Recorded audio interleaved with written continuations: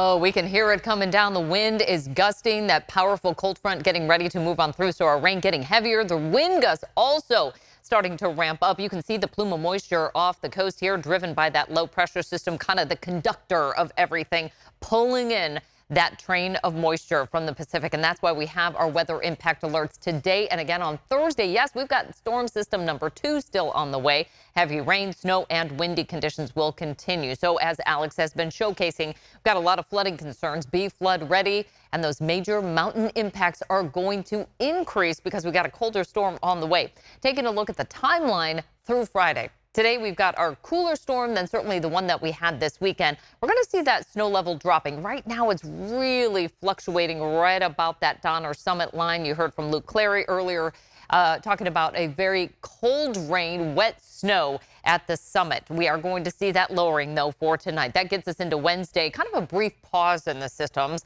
and then we'll get to that colder storm on Thursday. We'll see lighter rain showers, but a lot more mountain snow. It'll linger into our Friday. All right, let's take a look at our radar. Here we go with the time lapse here over the past 3 hours. That big line of rain moving through here just off to the west of the capital region, impacting I-80 through Vacaville, Fairfield, up towards I-5, towards Williams and Yuba City with some moderate rain showers. So you think it's coming down right now in the capital region? It's about to really get impacted here during the evening commute. Real spotty showers through Stockton and Modesto. I know we've been really not getting the benefits of some of the recent rain, but we are going to, as you can see, the Delta region right now getting the moderate rain. This is due to move through again during the evening commute. Moving up into the higher elevations, it's a mixed bag throughout 80 and 50, most of 50. It's been a very sloppy, slushy drive up to the South Lake Tahoe region, with most of the lake level conditions being rain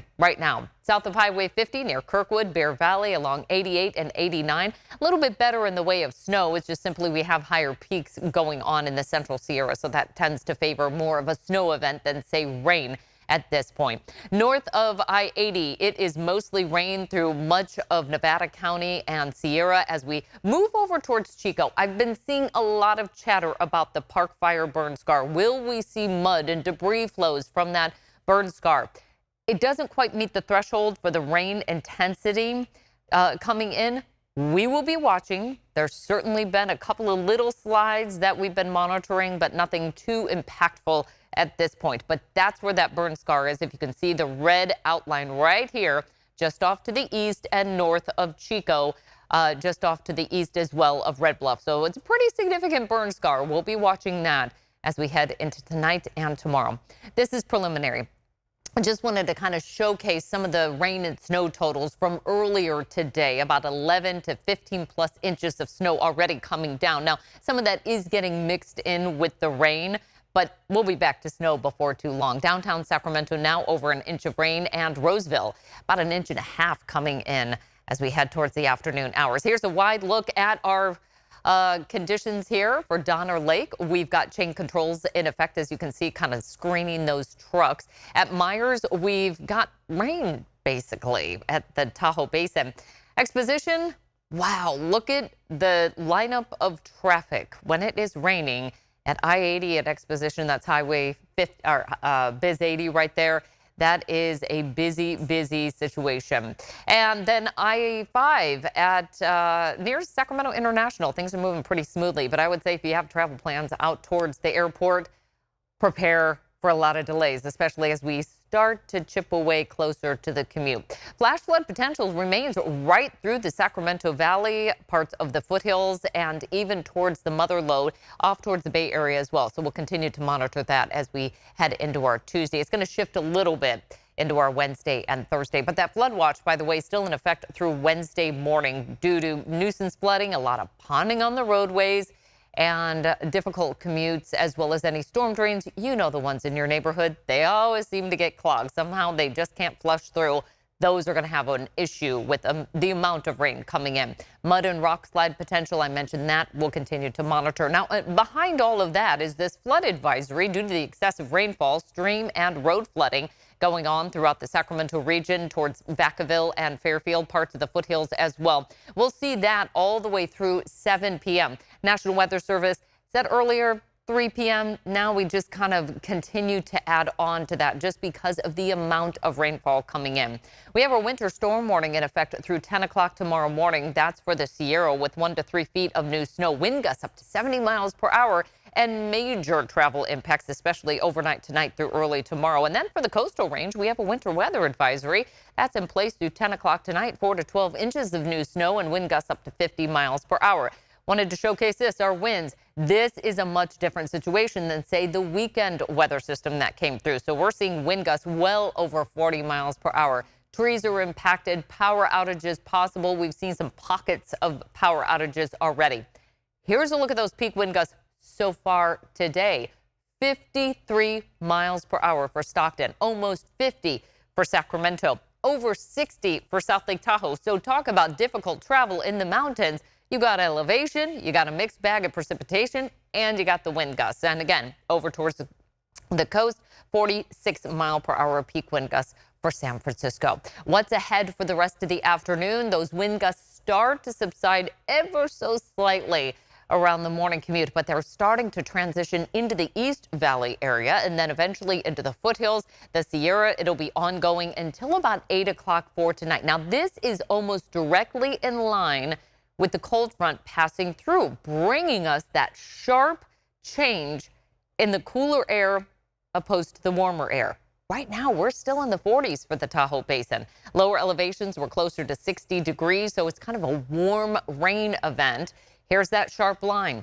Just past the 5 o'clock hour, we see that shift ever so slightly off to the east. So all of us in the Eastern Valley locations, Folsom, El Dorado Hills, Roseville, Lincoln, Loomis, even up towards Auburn, once we get into the foothills, we are going to see heavy rain at that time. Stockton and Modesto, we finally get those totals coming up, and north of Highway 50, this is where we see some vulnerability to some rock and mudslides coming in right about 6 o'clock. Once we get past that time, we see that line move off to the east, but it's at that point we start to see the snow level coming down because of that cold air coming in. At 7 o'clock tomorrow morning, there's not a whole lot of precipitation left, but that's at a point when we see that snow line down to about 3,000 feet. Wednesday's our break, but again, here we go again on Thursday. So we've got a lot to unpack here. Today, we've got that first weather system coming in that will have that sharp precipitation line with our snow level lowering to about 4,000 feet. We talked about the gusty winds. Thursday, Friday, a little bit of a different system. That's a colder one. Snow levels drop to about 3,000 feet, but we see less rain than the earlier storms coming through. So how are our rivers handling all this? Pretty well. Keep in mind, January was so dry, we don't have really widespread vulnerability of flooding. We will see a minor flood stage, though, for the Sacramento and Russian River. You saw those pictures just a little while ago of the Russian River and that house just kind of sliding. So that's one of the areas, quite honestly, is usually very vulnerable. Guerneville, one of the areas as well. It just has a very tight area to move all that water through. Fremont Weir into the Yolo bypass looks like it is going to reach that overflow for the first time this year. That'll happen, it looks like, tomorrow afternoon. So we'll be watching for that. Right now, it's just a little bit below that threshold, but then it will flow into the Yolo bypass, it looks like, by tomorrow, just again, due to the volume of water coming through. Sacramento River at I Street Bridge, though, below that monitor stage. But if you're out and about in downtown Sacramento, you may see the Sacramento River looking awfully high, especially with the releases going on. We've got the Feather, the Yuba, the Sacramento, the American that all meet when we get to Discovery Park right by that I Street Bridge. So that tends to get a good dose of water coming through. Our model rainfall through tomorrow morning, we're expecting about an inch of rain to come on through for the valley and the foothills. And then as we move into our Thursday evening, you can see that we're just not going to add a whole lot to it. This is not a terribly wet system for Thursday. The one hitting today, right now, that you hear on your rooftop, this is the big one for the valley. Our model snowfall coming in 1 to 25 plus inches by the time we get into our Friday forecast. So we're really going to ramp up those snow amounts. Again, here's that driver of all this action pulling in the colder air. Still a lot of moisture coming in from the Pacific. We're going to see that snow line coming and going. Today, it's closer to about 7,000 to 7,200 feet. Comes down for tomorrow, but there's just not a whole lot of precipitation. Then Thursday and Friday, that's our colder storm, a much bigger impact storm for this year, and a winter storm watch already posted. That'll take us through our Friday. With our winter storm severity index south of Highway 50, you can see how that goes up to the moderate range here for the central and southern Sierra. Some good news for Southern California. Not in the burn scars, but at least to drive up the precipitation. We will see some impacts right around the LA basin. Futurecast for us here in Northern California. As we head into our Tuesday evening, we'll start to see that line clear out of here. A break on Wednesday, but here's the Thursday storm. And you'll notice it is much different. We don't see as much of the yellows and orange popping up here on our Futurecast. It's more of a moderate to light rain event for the valley.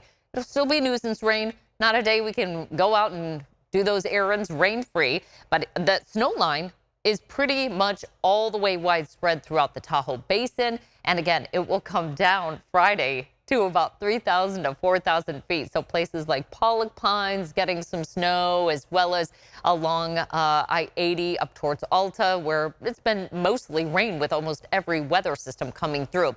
That low is opening up that storm track. So it goes all the way south of us with very chilly air. Get ready for some frosty conditions. So how is this helping with our snowpack? Just last Friday, our statewide snowpack was at 65% with that snow survey. Right now, we're at 110% of average for the Northern Sierra. We were starting to see that come down below average just with 2 atmospheric rivers coming through. We're at 110% of average, bringing our statewide average up to 71%, and that was as of yesterday. We're going to add to that. We aren't even accounting for this Friday storm coming through. This is also helping our reservoir supply levels. Have been getting a lot of questions about this too, and just want to update you on where we stand right now. This is the latest reading from the Department of Water Resources, right around 80% of capacity. So these are bigger reservoirs. Oroville, Shasta, Trinity, they can hold a lot of water. Folsom needs to be managed a little bit tighter. It's a smaller reservoir, so they can't keep that water in there because it has to be released for all the water coming down the hill from what has been a little bit higher snow levels. So gravity is taking that down the hill right now, but things will change later on this week.